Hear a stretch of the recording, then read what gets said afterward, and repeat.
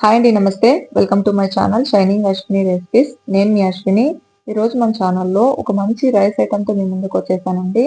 అది మసాలా రైస్. దీనికి కాంబినేషన్గా పచ్చిమిరపకాయలతో చింతపండు రోటి పచ్చడి చేసి చూపించానండి. ఈ రెండు కాంబినేషన్ అయితే చాలా బాగుంటుందండి. మీరు ఒకసారి ట్రై చేయండి. రైస్ అయితే ఎక్కువ మసాలాలు లేకుండా మైల్డ్ ఫ్లేవర్తో చాలా బాగుంటుందండి రైస్. ఇంకా లేట్ చేయకుండా వీడియో స్టార్ట్ చేద్దాము. ముందుగా పచ్చడి చేసుకున్నామండి. పచ్చడి కోసం స్టవ్ వెలిగించి ఒక చిన్న ప్యాన్ పెట్టుకొని అందులోకి మీ కారానికి తగ్గట్టు పచ్చిమిరపకాయలు వేసుకోండి. నేను ఇక్కడ 15 వరకు వేసాను. పచ్చిమిరపకాయలు వేసిన తర్వాత కొద్దిగా ఆయిల్ వేసి కలర్ మారేంత వరకు వేయించుకోవాలి. ఇది కొద్దిగా కలర్ మారిన తర్వాత ఒక 5-6 వరకు వెల్లుల్లి రెబ్బలు, 1 టేబుల్ స్పూన్ ఫుల్గా జీలకర్ర వేసుకొని లో ఫ్లేమ్లో వేయించుకోవాలండి. జీలకర్ర కొద్దిగా కలర్ మారిన తర్వాత స్టవ్ ఆఫ్ చేసి దీన్ని పక్కన పెట్టుకొని చల్లారనిద్దాము. ఇది చల్లారిపోయిందండి. ఇప్పుడు మిక్సీకి వేసుకున్నాము. ఒక మిక్సర్ జార్ తీసుకొని అందులోకి మనం ముందుగా వేయించుకున్న పచ్చిమిరపకాయలు, జీలకర్ర, నేను ఇక్కడ ఒక పెద్ద నిమ్మకాయ సైజ్ అంతా చింతపండు తీసుకొని శుభ్రంగా కడిగి నానబెట్టుకొని పెట్టుకున్నానండి. చింతపండు వేసి మీ రుచికి తగ్గట్టు ఉప్పు వేసుకోండి. సరిపోకపోతే మళ్ళీ వేసుకోవచ్చు. నేను ఇక్కడ 1/2 టేబుల్ స్పూన్ వరకు వేసాను. ఉప్పు వేసిన తర్వాత ఒకసారి పల్స్ చేసుకొని తీసుకోవాలండి. తర్వాత ఒక పెద్ద పిడుకుడంతా కొత్తిమీరని, ఒక చిన్న మీడియం సైజు ఉల్లిపాయని ముక్కలుగా కట్ చేసుకొని వేసుకొని మళ్ళీ ఒకసారి పల్స్ చేసుకుంటే సింపుల్ అండ్ టేస్టీగా ఉండే చింతపండు రోటి పచ్చడి రెడీ అండి. ఇది వైట్ రైస్, రాగి ముద్దలో కూడా చాలా బాగుంటుంది. మీరు ఒకసారి ట్రై చేయండి. ఈ పచ్చడిని పక్కన పెట్టుకున్నాము. ఇప్పుడు రైస్ చేసుకున్నామండి.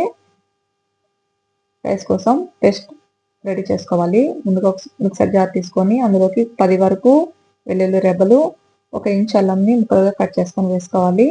అలాగే 1/2 కప్పు వరకు ఎండు కొబ్బరి ముక్కలు, ఒక 5-6 వరకు పచ్చిమిరపకాయలు, ఒక పెద్ద ఉల్లిపాయని ముక్కలుగా కట్ చేసుకొని వేసుకోవాలండి. వేసుకున్న తర్వాత మధ్యలో వాటర్ వేసుకుంటూ మెత్తని పేస్ట్ లాగా గ్రైండ్ చేసుకోవాలండి. చూసారు కదా ఎలా ఉంటుంది. గ్రైండ్ చేసుకున్న పేస్ట్ని పక్కన పెట్టుకున్నాము. తర్వాత ఇదే మిక్సర్ జారులో ఒక 3 మీడియం సైజు టమాటాలని ముక్కలుగా కట్ చేసుకొని వేసుకోవాలండి. టమాటాలను కూడా పేస్ట్ చేసుకొని పక్కన పెట్టుకున్నాము. ఇప్పుడు రైస్ చేసుకున్నాము. నేను ఇక్కడ కుక్కర్లో చేస్తున్నానండి. మీరు కావాలంటే గిన్నెలో అయినా చేసుకోవచ్చు. స్టవ్ వెలిగించి కుక్కర్ పెట్టుకుని అందులోకి 1/2 కప్పు వరకు ఆయిల్ వేసుకోవాలండి. ఆయిల్ వేడైన తర్వాత 2 ఇంచుల చెక్క, 5-6 వరకు లవంగాలు, 10 వరకు మిరియాలు, ఒక 3 బిర్యానీ ఆకులు వేసి ఒకసారి వేయించిన తర్వాత ఒక మీడియం సైజు ఉల్లిపాయని ముక్కలుగా కట్ చేసుకొని వేసుకోవాలండి. ఉల్లిపాయలు కొద్దిగా వేగిన తర్వాత ఒక రెమ్మ కరివేపాకు వేసి ఒకసారి వేయించుకోవాలి. ఉల్లిపాయలు కొద్దిగా కలర్ మారిన తర్వాత ఒక బంగాళదుంపని పైన పొట్టు తీసేసి చిన్న ముక్కలుగా కట్ చేసుకొని వేసుకోవాలండి.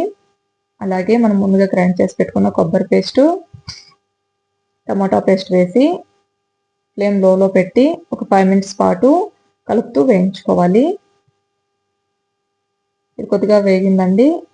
ఇప్పుడు నేను ఇక్కడ ఒక క్యాప్సికమ్ తీసుకొని కొంచెం పెద్ద ముక్కలుగా కట్ చేసుకొని వేసుకున్నాను. అలాగే 1 కప్పు మీల్ మేకర్ని ముందుగా హాట్ వాటర్లో కొద్దిగా సాల్ట్ వేసి 5 మినిట్స్ పాటు ఉంచిన తర్వాత వాటర్ అంతా పిండేసి వేస్తున్నానండి. అలాగే ఒక టమాటాని కూడా సన్నగా ముక్కలుగా కట్ చేసుకొని వేసుకోవాలి. ఆ తర్వాత కొద్దిగా కొత్తిమీర, కొద్దిగా పుదీనా వేసి ఒక 2 మినిట్స్ పాటు కలుపుతూ వేయించుకోవాలండి.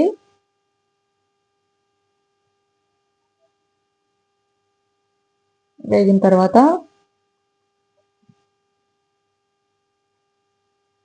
కొద్దిగా పసుపు, ఒక 1/2 టేబుల్ స్పూన్ వరకు పసుపు, కొద్దిగా ఉప్పు వేసుకోవాలండి. ఉప్పు వేసిన తర్వాత 2 టేబుల్ స్పూన్ ధనియా పౌడర్, మీ కారానికి తగ్గట్టు కారం వేసుకోండి. ఎందుకంటే మనం అక్కడ పచ్చిమిరపకాయలు వేసాం కదా, కారం చూసుకొని వేసుకోండి. పొడులన్నీ వేసిన తర్వాత కొద్దిగా వాటర్ వేసుకొని ఒకసారి బాగా కలిపి ముక్కలన్నిటికీ పట్టించాలి.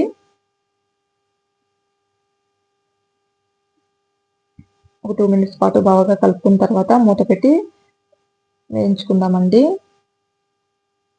2 మినిట్స్ తర్వాత మూత తీసి చూపిస్తాను చూడండి. ముక్కలకు మసాలా బాగా పట్టింది కదా. ఇప్పుడు వాటర్ వేసుకోవాలి. ఏ గిన్నెతో అయితే బియ్యం తీసుకుంటామో అదే గిన్నెతో 1.5 గిన్నె వరకు వాటర్ వేసుకోవాలండి. మీరు కుక్కర్లో కాకుండా నార్మల్గా చేసే పని అయితే 2 గిన్నెల వరకు వాటర్ వేసుకోండి. వాటర్ వేసిన తర్వాత ఒకసారి సాల్ట్ చూసి సరిపోకపోతే మళ్ళీ కొద్దిగా వేసుకోండి. సాల్ట్ వేసిన తర్వాత మూత పెట్టి బాగా ఉడికించుకోవాలి. వాటర్ తెరులుతున్నప్పుడు బియ్యం వేసుకోవాలండి.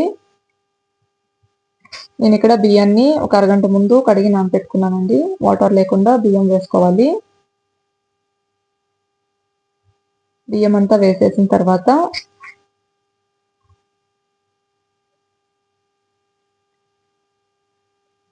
ఒక హాఫ్ చెక్క నిమ్మరసం పిండుకోవాలండి.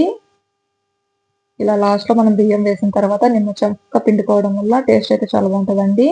మీరు ఒకసారి ట్రై చేయండి ఇలాగా. నిమ్మ చెక్క పిండిన తర్వాత ఒకసారి బాగా కలుపుకొని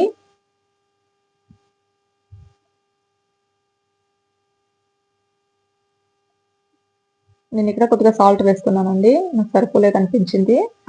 సాల్ట్ వేసిన తర్వాత కుక్కర్ మూతకున్న విజిల్ రబ్బర్ పెట్టి ఒక 3 విజిల్స్ వచ్చేంత వరకు ఉడికించుకోవాలండి. 3 విజిల్స్ వచ్చిన తర్వాత గాలంతా నార్మల్గా పోయిన తర్వాత మూత తీసి చూపిస్తాను చూడండి. అయితే ఉడికిపోయింది. రైస్ కూడా చాలా పొడి పొడిగా ఉంది కదండి. టేస్ట్ కూడా చాలా బాగుంటుందండి. మీరు ఒకసారి ట్రై చేయండి ఇలాగా. ఒకసారి బాగా కలుపుకొని ఒక 5 మినిట్స్ పాటు మూత పెట్టి పక్కన పెట్టుకున్నామండి. 5 మినిట్స్ తర్వాత సర్వ్ చేసుకుందాము. వేడివేడిగా ఈ రైస్ సర్వ్ చేసుకుంటే చాలా బాగుంటుందండి. ప్లీజ్ మా వీడియోలు కనుక మీకు నచ్చినట్లయితే లైక్ చేసి, షేర్ చేసి, కామెంట్ చేయండి. ప్లీజ్ ఈ రెసిపీ కనుక మీకు నచ్చినట్లయితే సబ్స్క్రైబ్ చేసుకోండి. మరిన్ని టేస్టీ రెసిపీస్ అన్ని చేసి చూపిస్తానండి. ఇక ఒక బౌల్ తీసుకొని సర్వ్ చేసుకుందామండి. మనం ముందుగా తయారు చేసి పెట్టుకున్న రైసు, అలాగే పచ్చిమిరపకాయలతో చింతపండు రోటి పచ్చడి చేశాం కదండి పచ్చడి, కొద్దిగా పెరుగు, పక్కన ఆనియన్ పెట్టుకొని రైస్ తింటే చాలా బాగుంటుందండి. మీరు ఒకసారి ట్రై చేయండి ఇలాగా. టేస్ట్ అయితే సూపర్గా ఉంటుంది. మీరు ట్రై చేసి ఎలా వచ్చిందో నాకైతే కామెంట్ చేయండి. Thank you for watching.